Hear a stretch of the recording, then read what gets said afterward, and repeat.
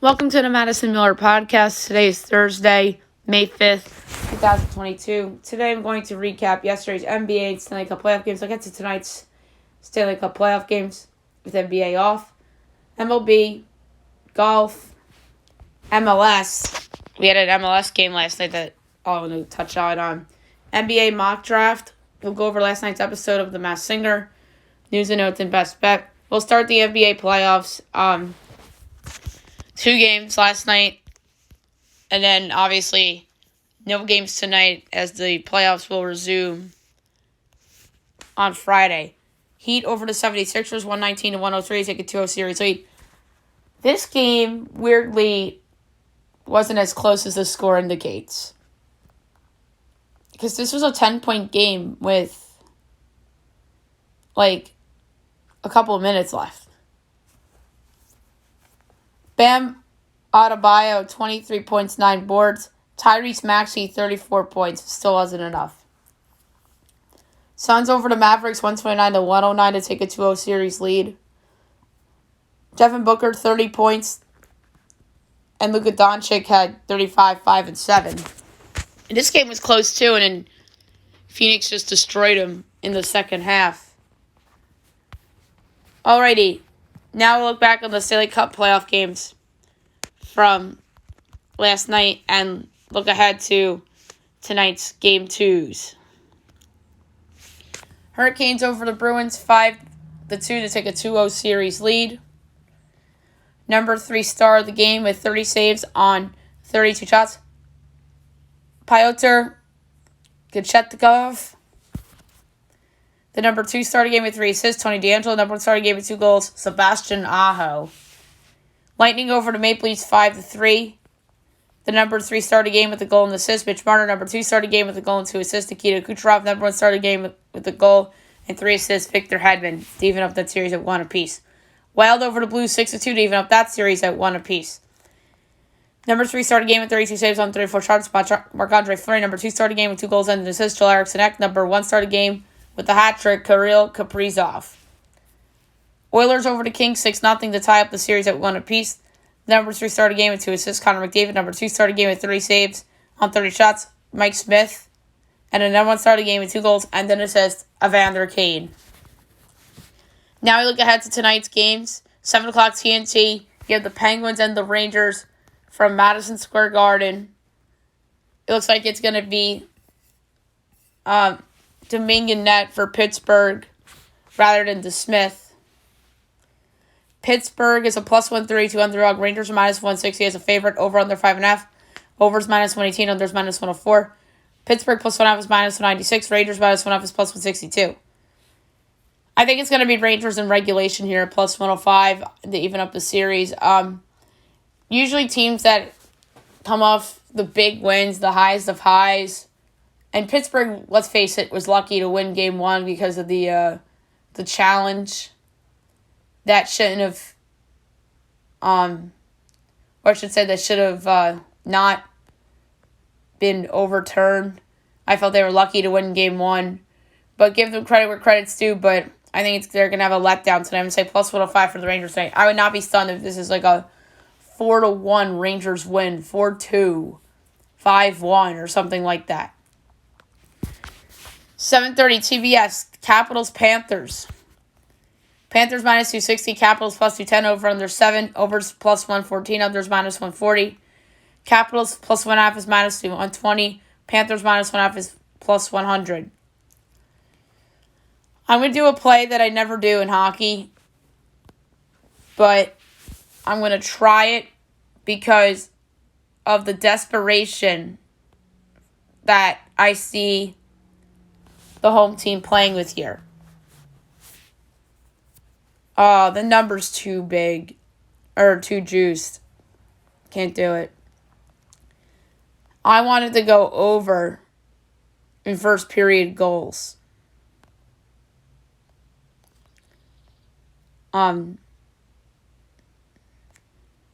So that's not where I wanted to go. But Oh, here's a good one. First period puck line. I'm going to lay the half with the Panthers at plus 110. That's a good one.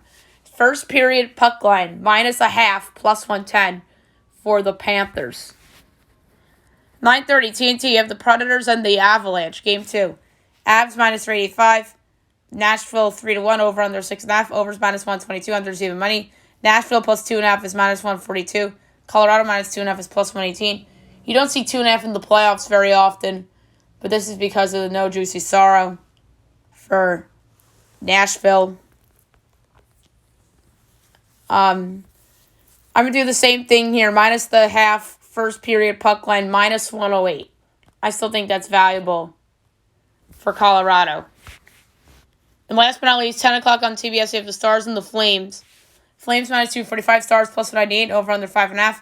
Overs minus 105, unders minus 115. Stars plus 1.5 is minus 134. Flames minus 1.5 is plus 112. I like the over a lot. I think that the offenses will be better here. Would not be stunned if Dallas won the game. So Dallas money line and over 5.5 would be a fun same game.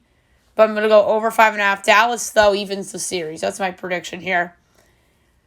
And I think the other 3 home teams will win. And then Dallas will win. So Dallas, Florida, Rangers all bounce back and win. Avs go up 2-0. All right, Major League Baseball. We will go over the games from yesterday and look ahead to today's games. D-backs over the Marlins 8-7, Braves over the Mets 9-2, Tigers over the Pirates 3-2, Padres over the Guardians 5-4, Cardinals over the Royals 10-0, Astros over the Mariners 7-2, Rays over A's 3-0. So best bet was a loser. Pirates over the Tigers 7-2, Guardians over the Padres 6-5 and 10. That's a game 2 doubleheader. Rangers over the Phils 2-1. Orioles over the Twins 9-4. Blue Jays over the Yankees 2-1 as the Yankees' 11-game winning streak comes to an end. Angels over the Red Sox 10-5. White Sox over the Cubs 4-3. Brewers over the Reds 18-4. Rockies over the Nationals 5-2, and the Dodgers over the Giants 9-1. Today, not a busy day. 1:30, you have the Angels and the Red Sox. Shohei Ohtani and Rich Hill. So Shohei back on the mound after the injury. He's a minus 142 favorite along with the Angels. Boston's plus 120. Over under 7.5. Overs minus 115. Unders minus 105. Angels minus 1.5 is plus 118. Boston plus 1.5 is minus 142. I like the over here. Rich Hill stinks, and I could see Ohtani kind of blowing up with the injury. Reds Brewers. Hunter Green and Adrian Hauser. Brewers minus 225. Reds plus 188. Over under 8. Overs minus 104. Unders minus 118. Reds plus 1.5 is minus 110. Brewers minus 1.5 is minus 110. Banking on potential for Hunter Green, I'm going to go first half money line Reds plus 160. 3 o'clock, Nationals Rockies. Aaron Sanchez and Antonio Senzatella. Rockies minus 136, Nats plus 116, over under 11. Overs minus 105, unders minus 115. Nats plus 1.5 is minus 164. Rockies minus 1.5 is plus 136. Under, automatic. 6 o'clock, Blue Jays Guardians. Jose Barrios and Aaron Savali. Blue Jays minus 158. Guardians plus 134, over under 8. Overs minus 102, unders minus 120. Blue Jays minus 1.5 is plus 114. Guardians plus 1.5 is minus 137. Emotional win for Toronto last night, finally beating the Yankees. After the Yankees won that series. I kind of like the over here, only because Aaron Savali struggled, and Jose Barrios even hasn't been right, so I like the over 8. 6:45, you have the Mets and the Phillies, so the Mets playing the Phillies again. Taijuan Walker and Aaron Nola. Second time they're in Philly this year. Phillies minus 168. Mets plus 142, over under 8. Overs minus 108, unders minus 112. Mets plus 1.5 is minus 150. Phillies minus 1.5 is plus 125. Taijuan Walker this year has been pretty good. I don't know if I want to pick the Mets to win outright. But I'm going to go first half results high, 5-1. Aaron Nola is a little overrated in the market right now, despite some really good numbers. 7 o'clock, you have the Twins and the Orioles. Chris Archer and Spencer Watkins. Twins minus 154, Orioles plus 130, over under 8, overs minus 112, unders minus 110. Twins minus 1.5 is plus 108, Baltimore plus 1.5 is minus 130. Watkins has actually been pretty good for Baltimore this year. Maybe he's their new John Means in a way, but I still like the over because I think there's a possibility he regresses and Chris Archer doesn't pitch well. 8 o'clock, Tigers Astros. So the return of AJ Hinch to Houston. Tariq Skubal and Jose Urquidy. Astros minus 174, Tigers plus 146, over under 8.5. Overs minus 104, unders minus 118. Tigers plus 1.5 is minus 152. Astros minus 1.5 is plus 126. I'm going to go somewhere different. In this game, I'm going to go over 4.5 first half runs at minus 102. 9:30, Marlins Padres. Jesus Luzardo and Nick Martinez. It's a pick 'em on each side at minus 108, over under 6.5, overs minus 122, unders even money. Marlins minus 1.5 is plus 168. Padres plus 1.5 is minus 205. Marlins favored on the run line. It's a pick 'em on the money line. And the Padres are favored on FPI. So therefore, San Diego Padres minus 108, the Chris Felica special of the night. And it came through last night as well with the Orioles. Rays Mariners. Shane McClanahan and Robbie Ray. Rays minus 126, Mariners plus 108, over under 6.5, overs minus 120, unders minus 102. Rays minus 1.5 is plus 146, Mariners plus 1.5 is minus 176. I'm going with Seattle. Same deal here. Slight favorites on the FBI. And last but not least, 9:45, you have the Cardinals and the Giants. You have Miles Mikolas and Logan Webb. FanDuel does not have the lines, but I'm going to check if DraftKings has it. And they don't. So, I'm going to go with St. Louis if they're a road dog here, which is very likely are a road dog here. All right, there was a Major League Soccer game last night that we forgot to touch on the podcast yesterday. I just want to touch on its result. Cincinnati over Toronto 2-0. Calvin Harris scores in the second minute to make it 1-0 Cincinnati. 4 minutes later, Toronto ties it on a goal by Ralph Priso Mbange. And then a penalty kick by Luciano Acosta in the 57th minute. Or I'm sorry, no. Prisco Mbange got a red card. That's my mistake. And then the goal to make it 2-0 was Luciano Acosta on a penalty kick. So Cincinnati gets the win. They dominate possession for the most part. And they're 6th in the Eastern Conference. And Toronto is down the 9th. So neither team's really been all that good. One is a -4, the other's a -5. Best teams in the East are the Red Bulls and Philly, by far, I think. And NYCFC is probably the third best team. And then, so far in the West, Austin and LAFC are dominating. And you can make a case the third best team is probably Dallas. So those are easily the 3 best teams in my opinion, but somebody can get hot and somebody can cool off. LAFC and Atlanta have the most points, then Philly, then Red Bulls Orlando, then LA, Dallas, Real Salt Lake. And then Montreal has 14, NYCFC has 13, and so does Cincinnati. But I just said the best teams are Philly, Red Bulls, NYCFC, LAFC, Austin, and Dallas are the best teams right now in Major League Soccer. So it should be a fun weekend. And if we have time, then we'll actually do some betting picks on the soccer games this weekend. Now move on to golf. We have the Wells Fargo Championship just getting underway. And a tie score with 2 under right now is Henrik Norlander and Anirban Lahiri. Tied for third with 1 under. It's a pretty big tie. Brian Harmon, Brandon Steele, Webb Simpson, Rory McIlroy, Abraham Ancer, Corey Connors, Charles Schwartzel, and Jonas Blixt. Tied for 12th at even. Another pretty big tie.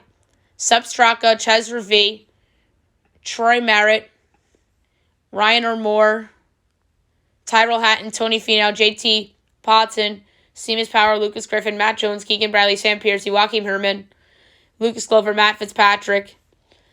Tied for 27th with 1 over. Now I'm going to go through notables.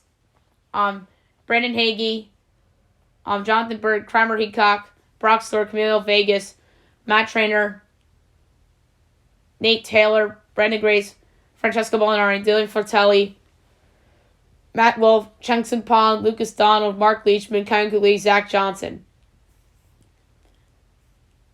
Tied for 46th with 3 over, Doug Gim and John Huh. And in 48th with 4 over, Max McGreevy. All right, now I'm going to do my NBA mock draft. My first one of the year. The draft is a little less than 2 months away. The lottery will be May 17th. So that's interesting. So the draft order will change in less than 2 weeks. So I did the draft order based on the Tankathon website. All right, number 1, Houston Rockets, Jabari Smith, power forward, Auburn. You can make a case for 3 guys between Smith, Paolo Banchero, and Chet Holmgren. Smith's the choice here. He's arguably the safest bet due to his fine all-around play in college despite the poor guard play that was around him. Number 2, the Orlando Magic, Paolo Banchero, power forward, center, Duke. The Magic can pick of the 2 players of the top 3 to choose from. Banchero and Wendell Carter Jr. together would make for an exciting front court with their different capabilities and are both versatile players. Number 3, the Detroit Pistons. Chet Holmgren, center, Gonzaga. The Pistons are more than thrilled with landing Holmgren here, who I feel is a good fit with the team. Imagine what a pick and roll with Cade Cunningham and Holmgren would look like over the next 5 years. Sign me up. Number 4, the Oklahoma City Thunder. Jaden Ivey, shooting guard, Purdue. The Thunder are a complete wild card with this 4th selection, but the consensus pick here is Ivey. Shai Gilgeous-Alexander and Josh Giddey are 2 foundational pieces going forward, and adding Ivey with them as a 3rd guard is intriguing. 5, Indiana Pacers. Keegan Murray, power forward, Indiana. Iowa. The Pacers are a little bit of an unknown heading into the offseason in terms of which direction they may go. Murray makes some sense here considering their surplus of guards, and they can use a young stretch 4. Number 6, the Portland Trailblazers. A.J. Griffin, small forward, Duke. The Blazers are on the verge of a full-blown rebuild due to their potential trade of Damian Lillard and some other veterans. Griffin had a fine season for the Blue Devils, and he can come in and provide some good shooting and athleticism. 7, the Sacramento Kings. Shaedon Sharpe, shooting guard, Kentucky.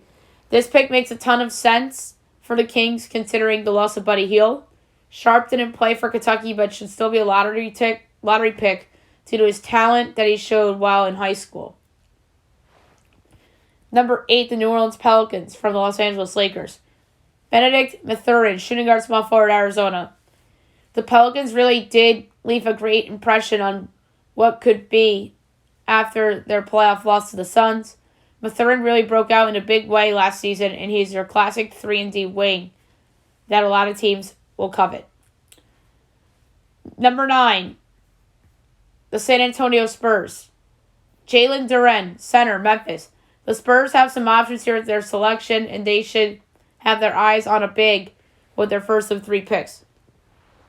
Duren has double-double potential, and he would fit nicely with this newer Spurs young core. Number 10, the Washington Wizards. Ty Washington, point guard, shooting guard, Kentucky. The Wiz get a great player that is super duper enticing in Washington. He could do it all and has potential to fill a long-term need for Washington. And they haven't had a real point guard since John Wall. Russell Westbrook, I get it. He's not really a true point guard. He's more of a good stats, bad team guy, maybe, at this point of his career. Although he did carry them to the playing game last year, so gotta give credit where credit's due. Number 11, New York Knicks. Dyson Daniels, shooting guard, G League Unite. The Knicks ideally need a good young point guard, but with Washington going one spot ahead, they take an interesting prospect in Daniels. People are skeptical due to his shooting numbers, but he's a solid defender and gets to the basket. 12, the Oklahoma City Thunder from the Los Angeles Clippers. Nikola Jovic. Power forward center, Serbia. If there's a team that has multiple picks that can afford a potential draft and stash guy in the lottery, it's the Thunder. Jovic is your classic point forward type of player that does a little bit of everything. 13, the Charlotte Hornets. Mark Williams, center, Duke. The third Duke player in this mock I have going to Charlotte. The Hornets badly need a center, and Williams is somebody who had a great tournament in which his stock rose, but he doesn't have high upside. 14, the Cleveland Cavaliers. Johnny Davis, shooting guard, Wisconsin. The Cavaliers are arguably getting a steal here, landing Davis at the end of the lottery. Colin Sexton, coming off an injury, could end up being expandable, and Davis with Darius Garland together would be fun to watch. 15, the Charlotte Hornets from the New Orleans Pelicans. Ochai Agbaji, shooting guard, Kansas. With their second first, the Hornets take a very steady player in Agbaji. He really put himself in a good spot to return to school and winning the most outstanding player in the tournament to be a first-rounder and potential lottery pick. 16, the Atlanta Hawks. Tari Eason, power forward, LSU. The Hawks are a real candidate to trade their first-round selection because they want that second star to go with Trae Young. Eason had a breakout season for the Tigers, is an excellent defender, but has some offensive flaws. 17, the Houston Rockets from the Brooklyn Nets. Kendall Brown, small forward, Baylor. The Rockets are quite lucky that this pick is in this spot. Brown is super athletic, and despite being raw offensively, is great at playmaking and decision-making. 18, the Chicago Bulls. Walker Kessler, center, Auburn. I personally think the Bulls are an unknown in terms of this draft. Kessler is an absolute monster defensively in the paint and blocks shots like there's no tomorrow. 19, the Minnesota Timberwolves. Jeremy Schoen, small forward, Baylor. The biggest weakness for the Timberwolves was on the wing. Schoen's strengths are on the defensive side of the ball with his length and athleticism. 20, the San Antonio Spurs from the Toronto Raptors. E.J. Little, power forward, Ohio State. The Spurs get another front court player with their second of 3 first-round picks. Little is somebody that is a little bit older but improved each and every season at Ohio State. 21, the Denver Nuggets. Marjan Beauchamp, shooting guard, G League Ignite. The second player from the loaded G League Ignite team I have going is Beauchamp. He's a really good scorer and can be a heat check guy for a contender. And somebody like the Nuggets, this would be a good help for a team that wants to get back into contention next season. 22, Memphis Grizzlies from the Utah Jazz. Jean Montero, point guard, overtime elite. The Grizzlies are just picking for depth on a potential title contender with their selections. Montero played in an upstart league and showed a smooth touch and passability. 23, the Brooklyn Nets from the Philadelphia 76ers. Wendell Moore Jr., shooting guard, small forward, Duke. The Nets might end up winners in the James Harden trade after all, and here they land a solid contributor for Coach K here and more. He had his best season as a junior after being thought out as a lottery pick 2 years ago. 24, the Milwaukee Bucks. Jaden Hardy, shooting guard, G League Unite. The Bucks land themselves a solid prospect from the loaded G League team. Hardy is a player that didn't live up to the hype with Unite, but has a ton of potential that he could unlock. 25, the San Antonio Spurs from the Boston Celtics. Patrick Baldwin IV, small forward, power forward, Milwaukee. Baldwin was a massive disappointment this past season with injuries, and I feel he probably should have played for a larger branded program considering the hype he had. Baldwin could rediscover his potential that he had coming into college on the right team. 26, the Dallas Mavericks. Michael Foster Jr., power forward, G League Ignite. The Mavericks are another candidate to trade their pick so they could get Luka Doncic some help. Foster is someone that has really settled into a player after being a top recruit out of high school. 27, the Miami Heat. Kennedy Chandler, point guard, Tennessee. The Heat are excellent at developing young players into their system. The Heat might be looking at a long-term option at point guard with Kyle Lowry getting older. So Chandler here makes some sense with his shooting, creativity, and good handle. 28, the Golden State Warriors. Blake Wesley, shooting guard, Notre Dame. Wesley fits the bill that the Warriors have been looking for in players. Wesley is a raw player that really didn't impress much in college, but is unafraid to score. 29, the Memphis Grizzlies. Christian Coloco, center, Arizona. A long-term need for a team that's heading for title contention, if they aren't there already, is at the center position. Coloco broke out this season for the Wildcats and averaged a double-double and over 2 blocks a game. And number 30, the Oklahoma City Thunder from the Phoenix Suns. Malachi Branham, shooting guard, Ohio State. The Thunder could absolutely trade up from this spot along with their mid-first rounder to get back into the top 10. But here I have them going with Barham.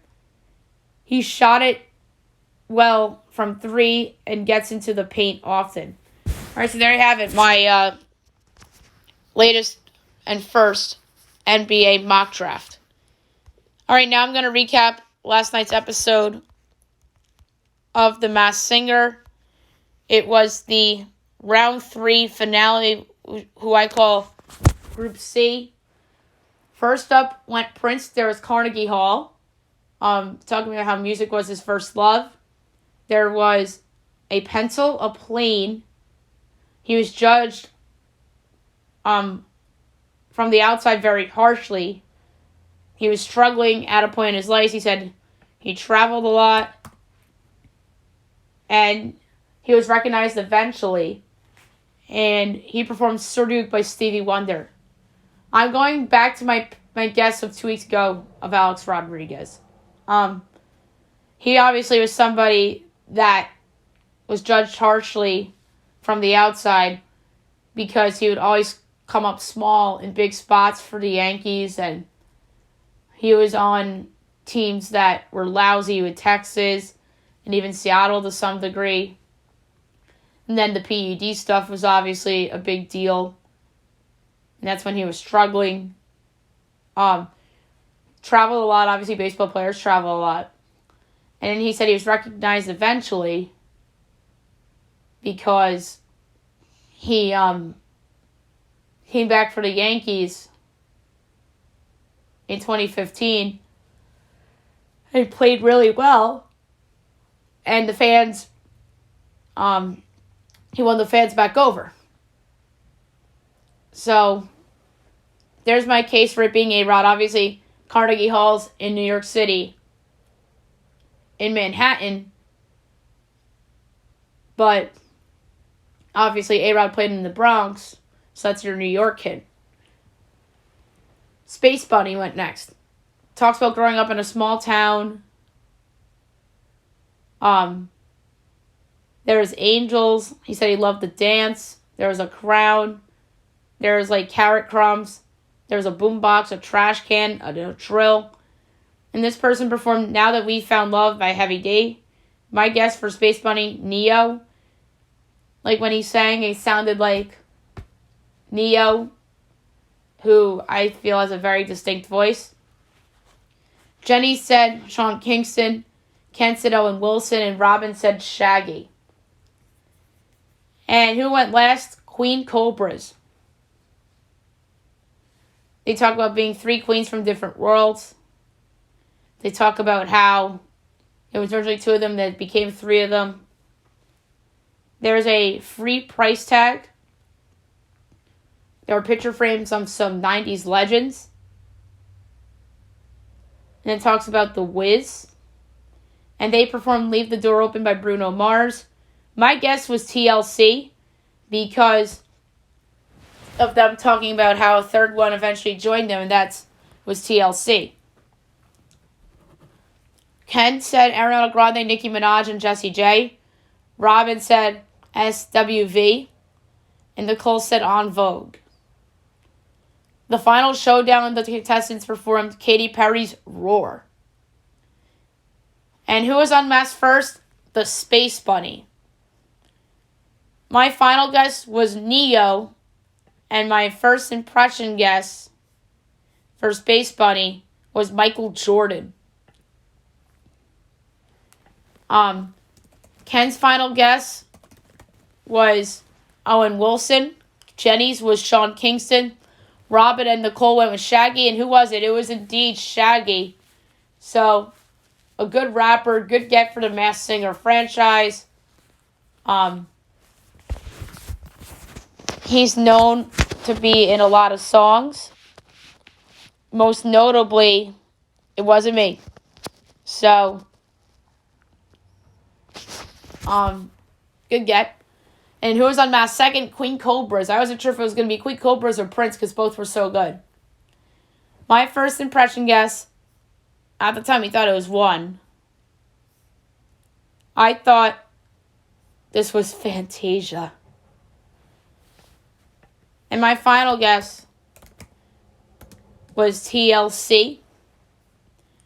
Ken said Ariana Grande, Nicki Minaj, and Jessie J is his final guess. Jenny joined Nicole with En Vogue, and Robin went with SWV. And who was it? It was indeed En Vogue. What a terrific get for the Masked Singer. Arguably the biggest get of the year so far with En Vogue. Obviously a 90s group from California. It's Harry Ellis, it's Cindy Herron, and Rona Bennett. So, a fabulous get for the show. And they've been guests several times on the show, too. So, the finale, I don't think, is going to be for another 2 weeks. So, May 18th is your finale. So, you have Firefly, Ringmaster, and Prince, all from Team Good, by the way. So it makes sense that they're Team Good. The good make the finale. The bad don't. No pun intended. But there are some good contestants that didn't make the finale. Queen Cobras, obviously. So you knew the second place finisher of this group was the 4th best of the season. In theory, right? So I thought this group was the strongest, arguably. And I think the finale has a little more juice because I'm very fascinated to see if Prince is actually Alex. And I think that Ringmaster's so talented. I think that could be a big star. And Firefly could be somebody big too. So next week I think will be the road to the finale. And the following week, which is May 18th, will be the season finale. So, it should be a lot of fun this year. Or on the finale. It has been fun this year with some of the contestants getting unmasked. There's some interesting ones, obviously. Rudy Giuliani. Obviously, that one was controversial as well. As we talked about. Joe Buck was unmasked. That was a lot of fun. Because I always wanted him on The Masked Singer. So, it was just too good that actually happened. All right, now we'll move on to news and notes for today. Not that much stuff to talk about. Just some housekeeping stuff. GP2 out at least 3 weeks, as he has ligament damage in addition to the elbow fracture. So that is a big loss for the Warriors. from a defensive standpoint. The Brooklyn Nets announced that Ben Simmons will undergo back surgery on Thursday and is supposed to be out 3 to 4 months and is expected to make a full recovery and be ready for training camp. What a disgrace. Maybe the Nets did not win the Harden trade because of the soap opera that is Ben Simmons. So the young fan who received the Aaron Judge home run ball from Tuesday got to meet Aaron Judge before the game, which was awesome.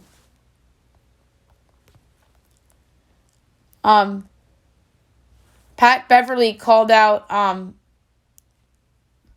Jaw's 47-point game, and NBA Twitter just absolutely went off on him.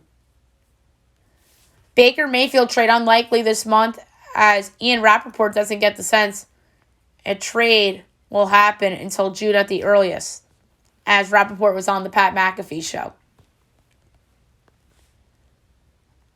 Madison Bumgarner got ejected after an inning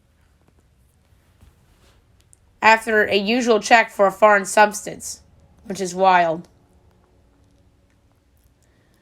Virginia Tech lands transfer Grant Basile after averaging over 18 a game for Wright State. And he was an all-Horizon League forward this past year. And last sports one is that Jordan Addison is working with Bryce Young ahead of the transfer decision. Ooh, imagine him on Alabama. That would up his value. That would make him a top 10 pick. There's a new host for the Tonys this year, and it is Ariana DeBose, the Oscar winner. So good for DeBose. And Secretary of State Anthony Billiken tests positive for COVID after attending the White House Correspondents' Dinner. So, a lot of people in the politics world ending up with COVID of late. So, hopefully everybody will be all right. All right, best bet of the day brought to you by FanDuel. Okay, now the Giants-Cardinals stuff came out. Giants are minus 132, Cardinals plus 112, over under 7, overs minus 122, unders even money. Cards plus 1 FS minus 110, Giants minus 1 FS plus 172. They have it listed as TBD after it was listed on ESPN as Alex Wood. So I'm going to go with the Cardinals there. But best bet, this is a hard one. I really do like San Diego tonight at minus 108 to beat the Marlins. Jesus Luzardo really hasn't put it all together yet. And the fact that FBI has the Padres as such significant favorites, I'm just going to go for it. I'm going to lay a half unit with the Padres money line over the Marlins. All right, so that's it for the show today. I'll be back tomorrow recapping everything from the Stanley Cup playoffs and baseball, and look ahead to the weekend. Same for the NBA playoff games. Major League Soccer for the weekend. We have golf and NASCAR. Obviously, news and notes, and best bet as well. Hope you guys have a great day, everyone.